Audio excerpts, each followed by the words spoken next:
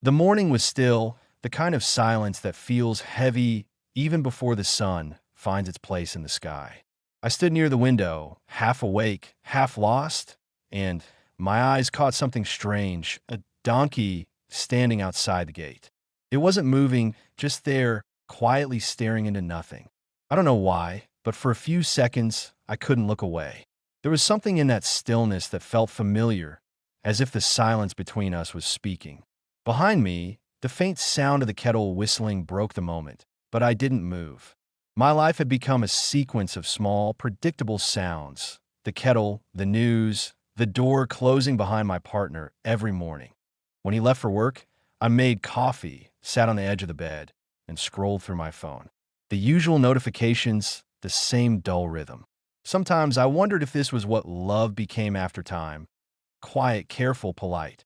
He was good to me, always had been, but lately even his kindness felt like a script. We didn't fight. We just stopped being curious about each other. And in that quiet, I felt something inside me slowly fading, like the light that never quite reaches the corners of a room. Outside, the donkey was still there, unmoving. I opened the window and felt the cold air touch my face. It wasn't the animal that held my attention. It was the stillness around it.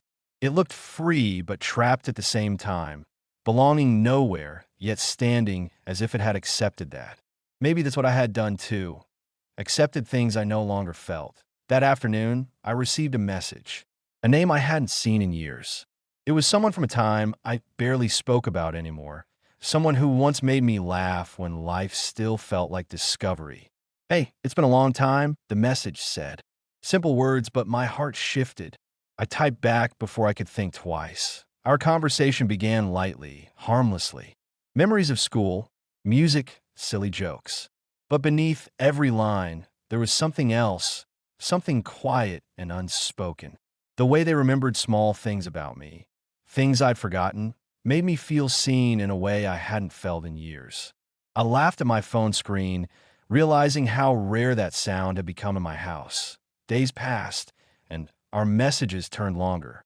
Nights stretched as we talked about everything: books, loneliness, how strange it is to grow up and feel less alive. They mentioned they had always wondered about me, and the way they said it made something flutter in my chest. I didn't want to name it.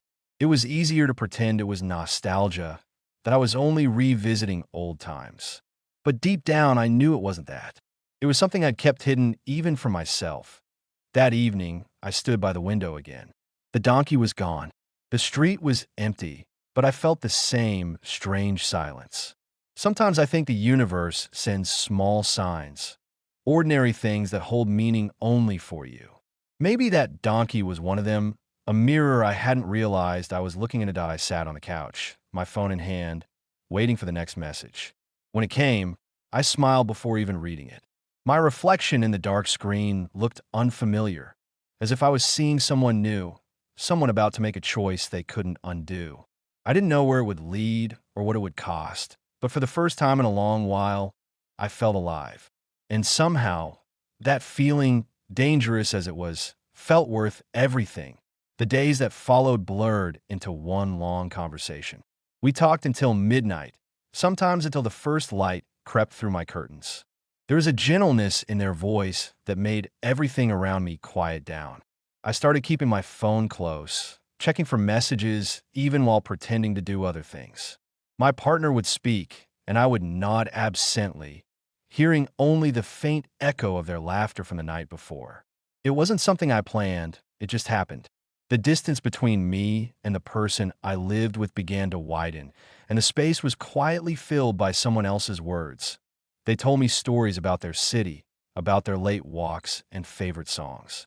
I told them things I hadn't told anyone in years, how I often felt like I was watching my life from the outside, how love had become a habit more than a feeling. They listened without judgment.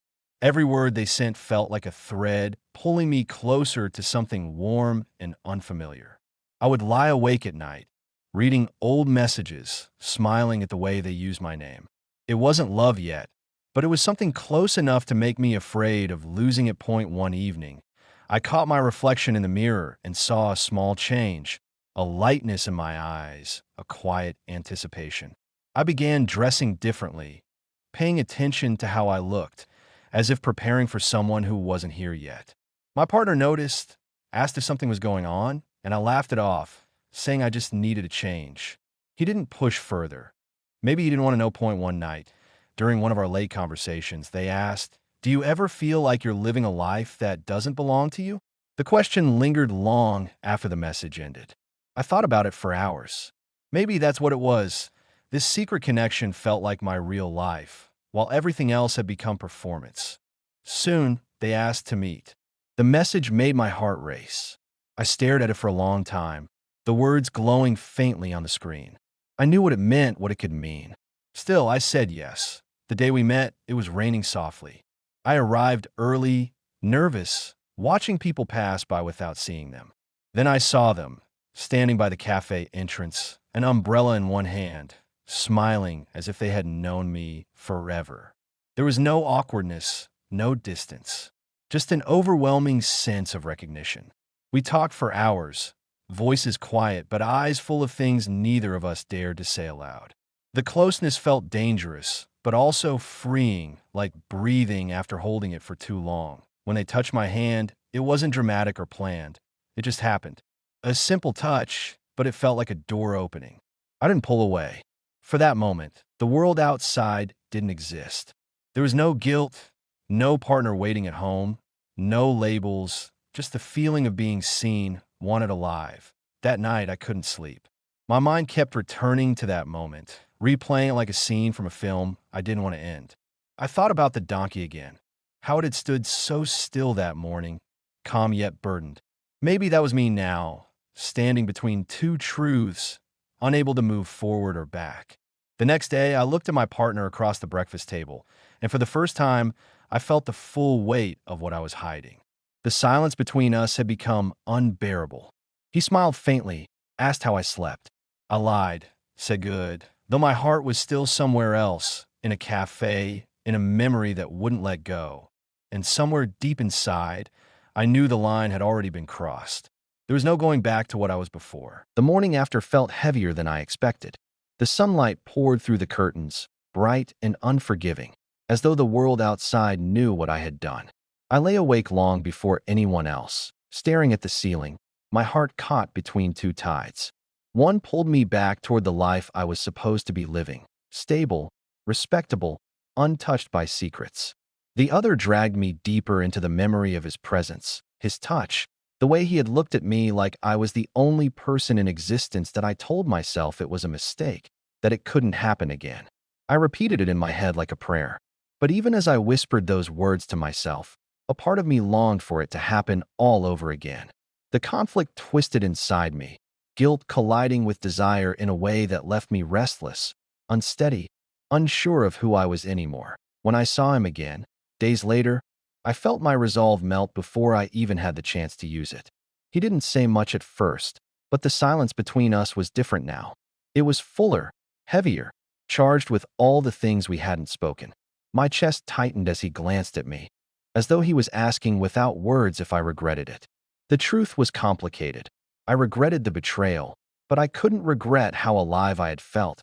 Not after years of being numbed that we found ourselves together again, as though fate itself conspired to place us in the same space. It started innocently, the way it always did, with words and laughter. But it never stayed innocent for long. One moment of closeness led to another, until I was once again standing at the edge I had promised myself I would never return to. This time, the guilt arrived sooner. Even as my heart raced and my body leaned toward him, I could hear the echo of my husband's voice in my mind, could see the life I was risking. I thought of what it would mean if anyone found out, if my secret slipped into the open. The shame would destroy me. The trust would be shattered beyond repair. And yet, in that moment, none of it felt as real as the warmth of the man standing before me. The nights grew longer. Sometimes I would lie awake, replaying everything in my mind. The way his laughter filled the silence, the way his presence lifted the weight off my chest. Other times, I would bury my face in the pillow, wishing I could undo it all, erase the choices that had led me here. But when the morning came, I always knew I would let it happen again. The pull was too strong that I noticed myself changing in small ways. I smiled more when he was around. I dressed with more care, as though subconsciously preparing for him to see me. My heart betrayed me in the simplest gestures, reaching for a plate at the same time as he did, lingering a second too long when our hands touched. I lived in two worlds now, one of duty and silence, the other of hidden fire and forbidden closeness. The weight of the secret began to press on me harder than I had expected. In conversations with my husband, I stumbled over my words, afraid he would see through me, afraid that the guilt in my eyes would give everything away. At family dinners, I avoided certain glances, terrified someone else might notice the unspoken connection, but fear wasn't enough to stop me. The truth was, I didn't want to stop. For too long, I had been invisible, a shadow in my own home. And now, in the most unexpected place, I felt like I was seen, heard, wanted. That feeling was intoxicating, addictive, impossible to abandon that I began to ask myself dangerous questions late at night, when the world was quiet and my thoughts refused to rest.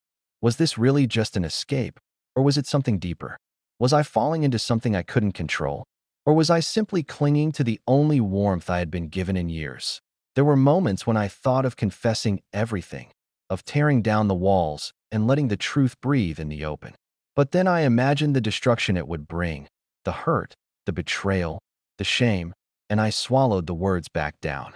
Better to live in secrecy than to set fire to everything. Still, I knew it couldn't last forever.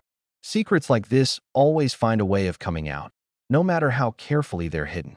And the closer we grew, the more reckless my heart became, the more I risked losing everything. One evening, as I sat across from him, I saw the same conflict reflected in his eyes. He, too, understood the danger, yet neither of us moved away.